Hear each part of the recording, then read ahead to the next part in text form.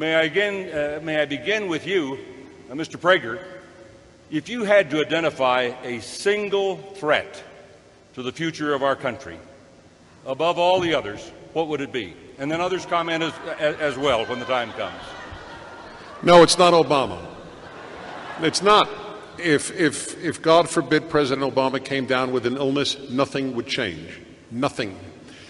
I believe the greatest threat facing America, I believe this my entire adult life, is that we have not passed on what it means to be American to this generation. You cannot, let me make this is not a sweet line. This is meant literally. A society does not survive if it does not have a reason to survive. That's true for individuals. Where there is a why, there is a how. I hate to tell you who said it, Nietzsche, but nevertheless, it remains true. We have lost the why. The greatest generation did not teach my generation what Americanism is. It's not its fault. It wasn't taught. This goes back 100 years to John Dewey, to the importation of European professors to our universities, to a whole host of issues. The average American who deeply loves this country and even has conservative values cannot articulate what those values are. It is no one's fault, but that is the greatest threat. When we understand this American trinity, in God we trust, liberty, e pluribus unum, that is uniquely American. It is not European. The French preferred fraternité and liberté and égalité, equality. We don't, as I explained in my talk. We believe in equality of birth, but not equality of result. When it is understood what America stands for, when it is understood that there is a moral dimension to a smaller government, it is not an economic question, it is a moral question. We give far more charity per capita than Europeans do. Why? Are we born better? No. The bigger the government, the worse the citizen. They are preoccupied in Europe with how much time off. Where will they vacation? When will they retire? These are selfish questions. These are not altruistic questions. So the goodness that America created is jeopardized by our not knowing what we stand for. That's our greatest threat. We are our problem. So, behavior is what matters, not the feeling, because everybody's filled with pain, everybody's filled with dark feelings. Everybody has what Chaim Potok, the great novelist, late novelist, wrote with the 3 a.m. questions. You know, you wake up or you can't sleep at night. What are you thinking? Happy thoughts? Who thinks happy thoughts at 3 a.m.? Anybody ever awaken from laughing? What a treat. It was hilarious. I'm so sad I got up. I don't remember having a happy dream ever. And if you have a happy dream, it's 1 in a million. I mean, who dreams happy things? There's a lot of darkness in all of us. That's why how you behave matters. So, here is the $64,000 question objection. Isn't that inauthentic? This is the question that I posed, especially young people who have latched on to the charge of hypocrisy when meeting adults. If you don't act how you feel, you're a hypocrite. Here's the answer. If you don't act how you feel, you are an adult.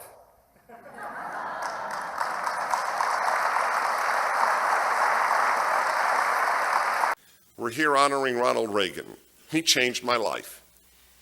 I'll never forget his inaugural address, and he said, in this present crisis, government is not the solution to our problem, government is the problem. I did not know that. I feel silly. I do. I feel silly. I wasn't a liberal, but I didn't know that. By the way, which therefore made me a liberal. The issue is the size of the state. The great moral dividing line is about the size of the state. And I am here to make the case with 10 arguments that the bigger the state, the smaller the citizen. It is a phrase that I came up with. And we have bumper stickers with that phrase. It summarizes the conservative position, which is the American position. That doesn't mean we love America, they don't love America. None of that nonsense. It has nothing to do with love. There is such a thing as normative American values. A big state is not a normative American value. It is a European value. The left in this country wishes to be Sweden. The right in this country does not wish to be Sweden. That's it. That's it. In a nutshell, that is the difference. We do not look to Western Europe as a model. But what must be understood is, most of the time, not all the time by any means, and the further left you go, the meaner the spirit, but many liberal people are utterly decent people. By the way, they can't say that about us. They can't. The moment liberals acknowledge that a conservative can be as kind and well-intentioned as they have cut the rug from under them. They have removed it from under them. They must believe we mean poorly. I'll never forget, we play on my show clip after clip of liberals saying, just matter-of-factly, how bad conservatives are. The Howard Dean, the former head of the Democratic Party, said, for example, unlike conservatives, we liberals don't go to bed at night. We go to bed at night worried about kids who don't have enough food. We don't care about kids who don't have enough food. That's how he believes. I'm paraphrasing a Larry King question where he just said, what is it about conservatives that they have such a problem with kindness? And I like Larry. I was on Larry King a dozen times. He means well. That is, if they didn't believe we were mean-spirited, they couldn't stay liberal. They have to believe they mean better than we. But we don't have to believe that we mean better than them. We have to believe that we do better than them. We measure morality by what happens, not what is intended. Quote, the left argues that almost all social programs can be solved by the state taxing its citizens as much as possible. Well, that sounds pretty provocative, but listen to this clip, which is Massachusetts Democratic candidate for the United States Senate, Harvard professor Elizabeth Warren. Nobody in this country who got rich on his own. Nobody. You built a factory out there, good for you, but I want to be clear, you moved your goods to market on the roads the rest of us paid for. Yep. You hired workers the rest of us paid to educate. You were safe in your factory because of police forces and fire forces that the rest of us paid for. Dennis, behind every brilliant individual, behind every entrepreneurial success, you will find the collective, you will find a large expenditure of tax money.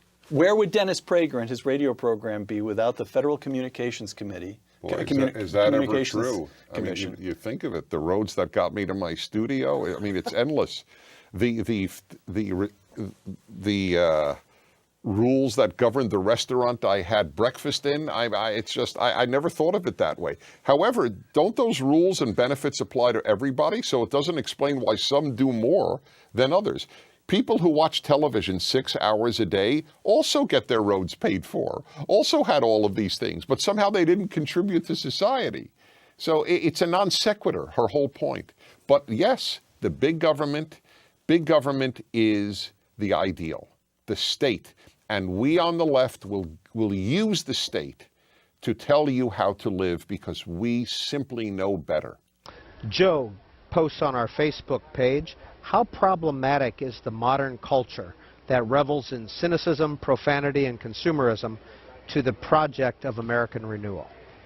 Well, it's a very, what was there? There was consumerism, there was cynicism, and what was the other? Profanity. And profanity. Well, they all have different origins. First of all, I don't have this belief that consumerism is this great evil that people say. Every year I defend people who buy a Christmas gift, for example. I think it's one of the most beautiful traditions in America that people spend time thinking about what will make a relative or friend happy on Christmas. If people think that that's a disgusting part of the culture, we have a different value system. Is Christmas made too consumerist? I just ask people who say that every good thing can be taken to an extreme. So of course you could have too much vitamin C, you could have too much water. I mean, but in general, I think that it's a credit to Christianity that there is a holiday where millions of people, where the bulk of society thinks about buying people things that will bring them joy. So that I don't buy the consumerist problem. The consumerism keeps people employed. It enables people to have a job, to bring food to their family. Cynicism, I think we are raising a jaded, I would use jaded actually more than cynical. I think there's a lot of jadedness among young people because they're sexualized so early. This is a real tragedy, and it's a discussion for a whole other time, why that has happened. Kids who have early sex tend to be jaded, and that's a problem. The third was, again, what, cynicism? Profanity. Oh, profanity? Yeah. I have a chapter actually on profanity. With the death of the Judeo-Christian value system, the concept of the holy and the division between holy and profane is obliterated.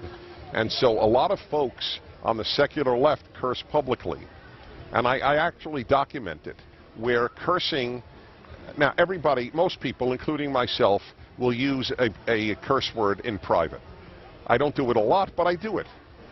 But public, that's a different thing. It's like public nudity. San Francisco had a 7-6 vote outlawing public nudity, but a lot of San Franciscans don't see anything wrong with it. Secularism has effects. The notion that we're created in God's image and shouldn't have our genitals exposed like an animal is a religious idea. With the death of religion, nobody sees wrong with people walking around naked. We are at war against the greatest evil on earth today, the greatest organized evil. Not one Hollywood movie is about this war, not one about one American hero fighting in Afghanistan or Iraq. They at least admit they're for Afghanistan. Why not make a pro-Afghanistan movie? Why not? The Kite Runner is not about American fighting. It's a wonderful film. It's a great film, in fact, but it's not about Americans fighting there. Hollywood, the least courageous place in America, Hollywood, and they claim that they are courageous artists. It takes no courage to crap on George W. Bush. It takes courage in Hollywood to defend George W. Bush. This distorted notion of courage. Make a film about Islamic terror. That'll be courage. To make a film mocking Christians takes no courage. What are they going to do, Christians? They'll pray for you. That's what they'll do. But there might be a different response if you offend certain Muslims in this world at this time. It took me a long time to realize the Achilles heel of the left, and it is the issue of evil. That's the issue. The left doesn't hate evil. It hates those who hate evil.